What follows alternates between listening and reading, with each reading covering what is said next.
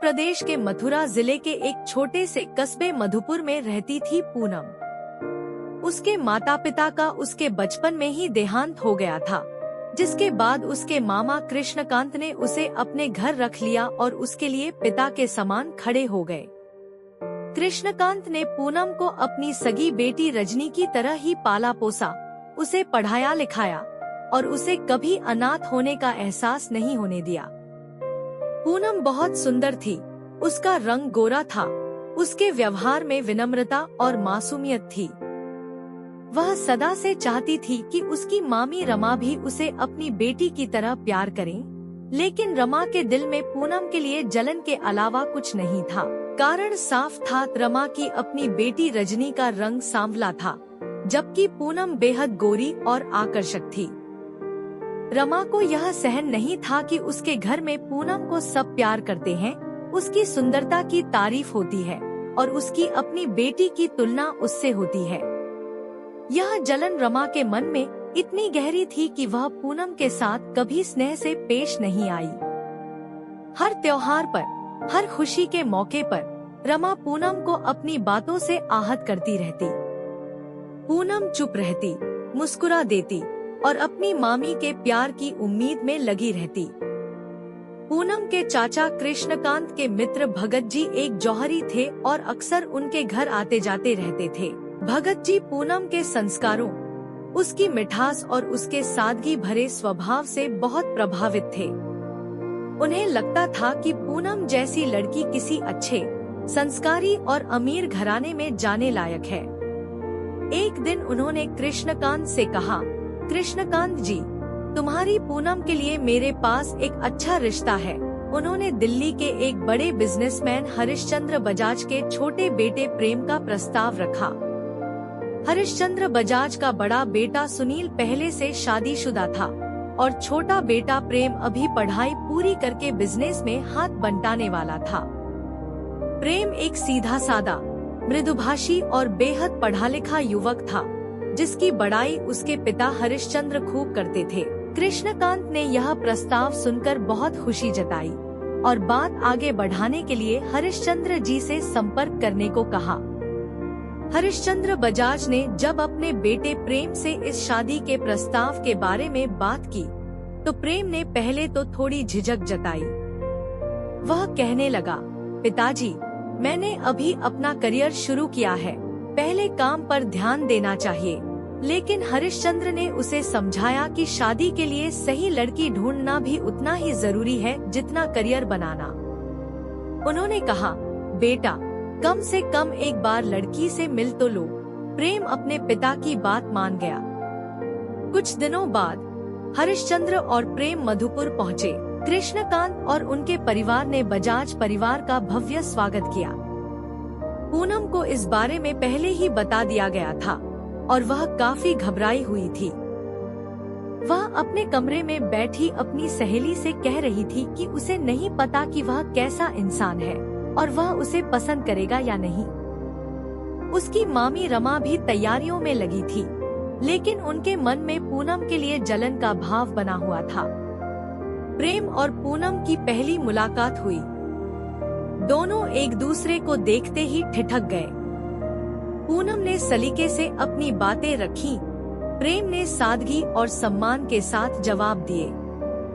दोनों के बीच एक औपचारिक सी बातचीत शुरू हुई, जो धीरे धीरे गहरी होती गई।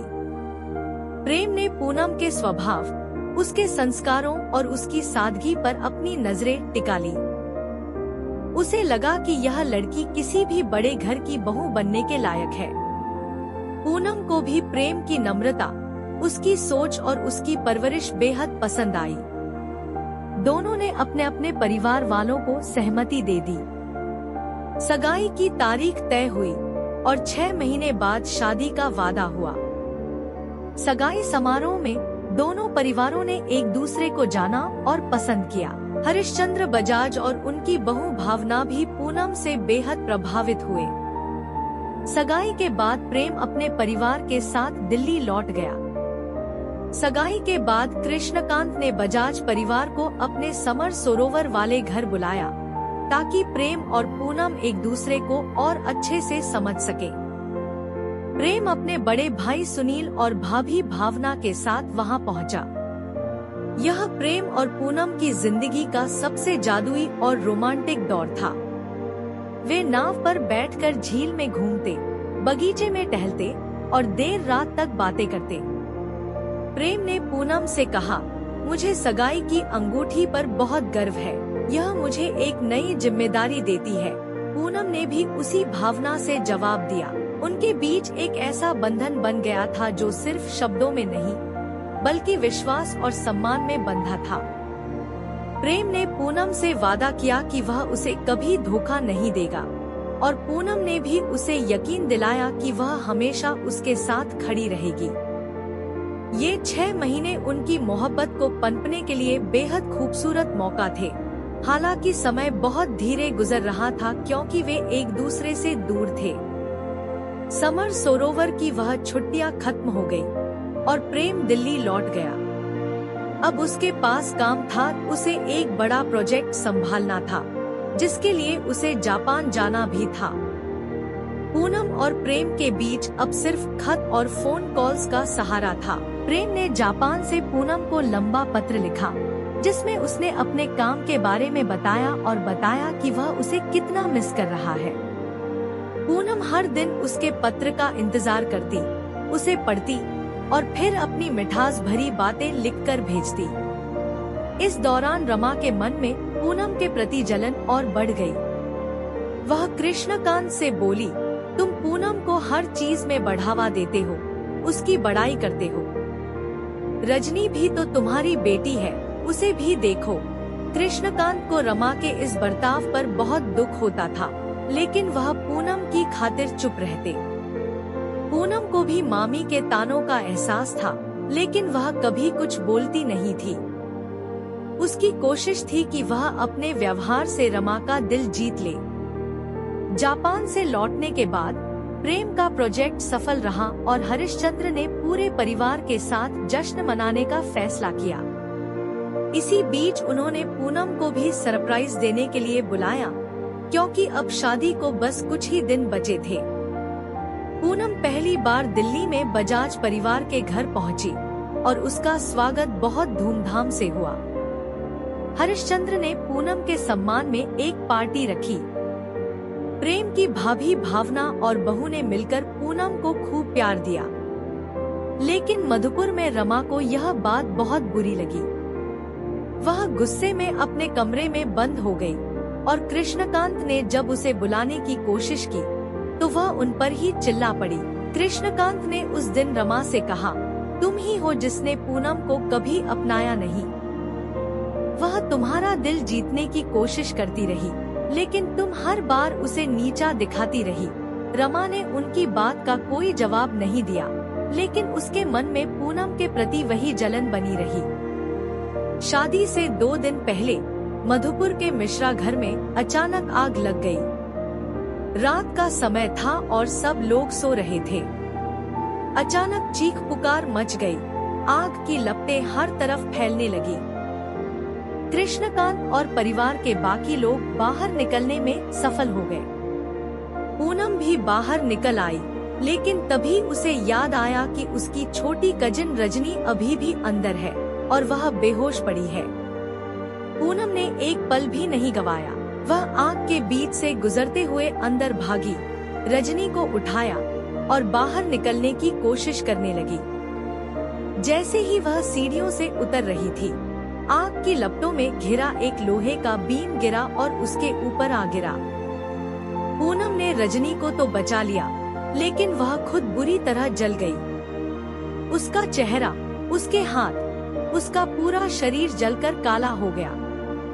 लोगों ने उसे बाहर निकाला और तुरंत अस्पताल ले जाया गया। डॉक्टरों ने बताया कि उसकी हालत बहुत नाजुक है और उसके चेहरे पर गहरे निशान रह जाएंगे। अस्पताल में डॉक्टर ने कृष्णकांत से कहा कि पूनम को तुरंत सर्जरी की जरूरत है, लेकिन सर्जरी के लिए उन्हें एक कागज पर हस्ताक्षर करने थे, एक तरह का वेफर। कृष्णकांत की आंखों से आंसू बह रहे थे और उनके हाथ कांप रहे थे। वह अपनी बचपन से पाली हुई पूनम की उस तस्वीर को याद कर रहे थे जब वह उनकी गोद में हंसा करती थी।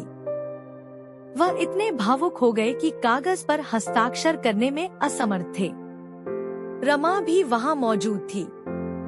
उसने जब देखा कि पूनम ने उसकी ही बेटी रजनी की जान बचाने के लिए खुद को जला लिया है, तो उसे अपनी सारी गलतियों का एहसास हुआ।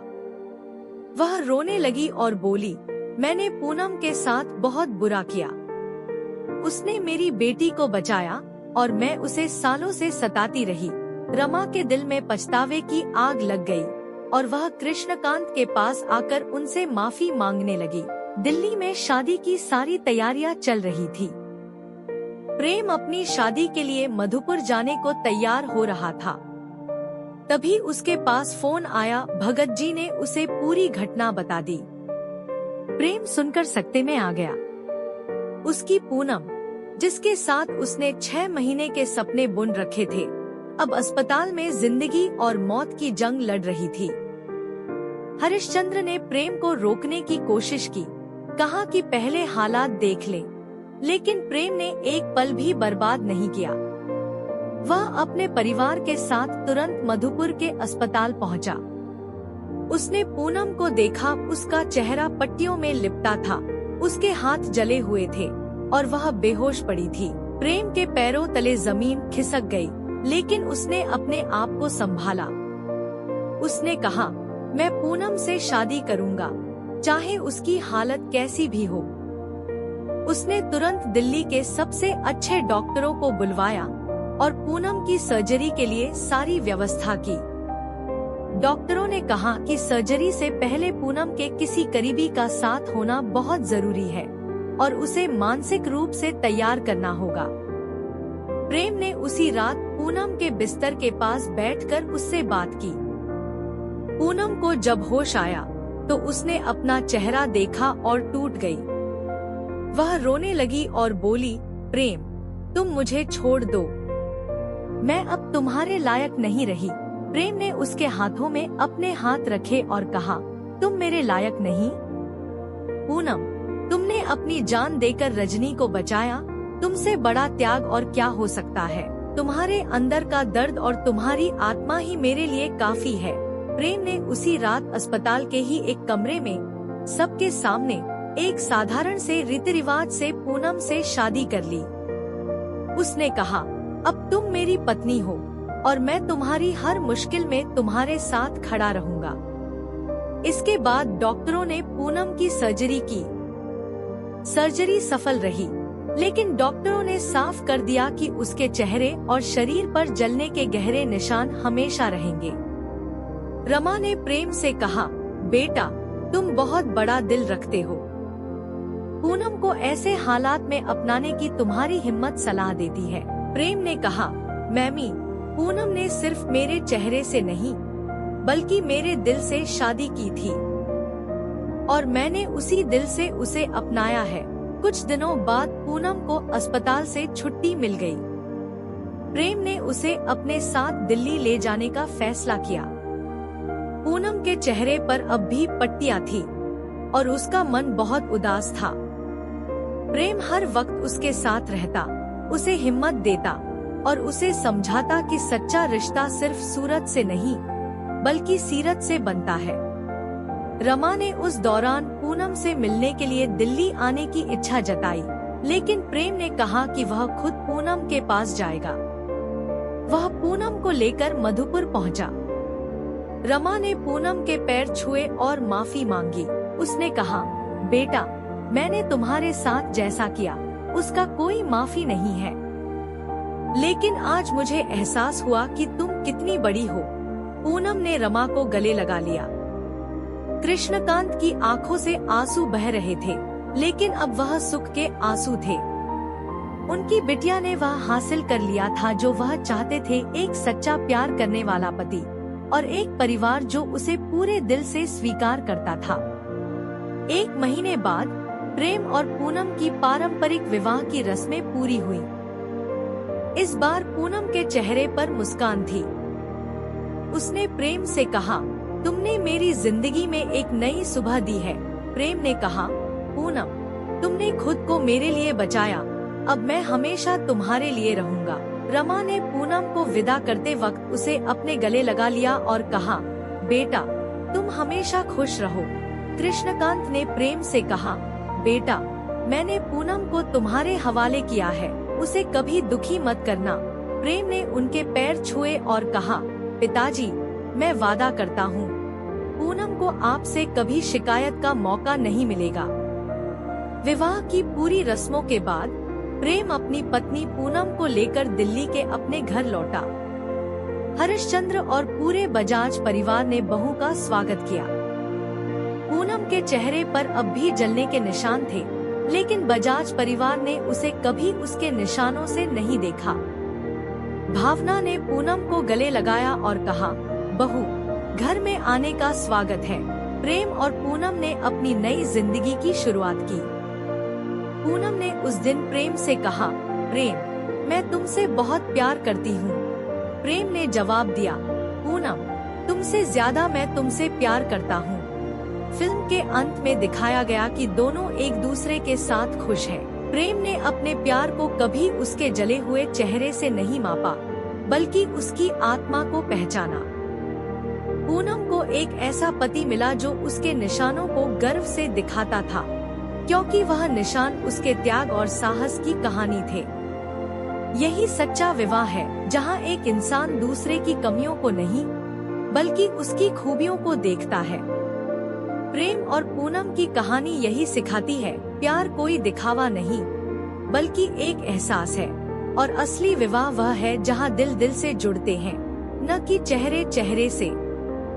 दोस्तों, विवाह की ये कहानी हमें सिखाती है कि असली प्यार चेहरे की सुंदरता से नहीं, बल्कि दिल की सच्चाई से होता है। प्रेम ने पूनम के जले हुए चेहरे को देखकर उससे मुंह नहीं मोड़ा, बल्कि उससे शादी करने की जिद की। उसने साबित कर दिया कि सच्चा विवाह वह है जहां इंसान दूसरे के दुख दर्द में उसका साथ दे। पूनम ने अपनी जान की परवाह किए बिना रजनी को बचाया और प्रेम ने उसके इस त्याग को सम्मान दिया। अगर आपको ये ऑडियो स्टोरी पसंद आई तो सिनेमेवस एडिट्स को सब्सक्राइब जरूर करें, क्योंकि यहाँ हर फिल्म की धड़कती हुई सच्चाई बिना कटौती सुनाई जाती है, चाहे वह 2006 की हो या 2026 की। याद रखिए, विवाह सिर्फ दो शरीरों का नहीं, बल्कि दो आत्माओं का मिलन होता है। शुक्रिया।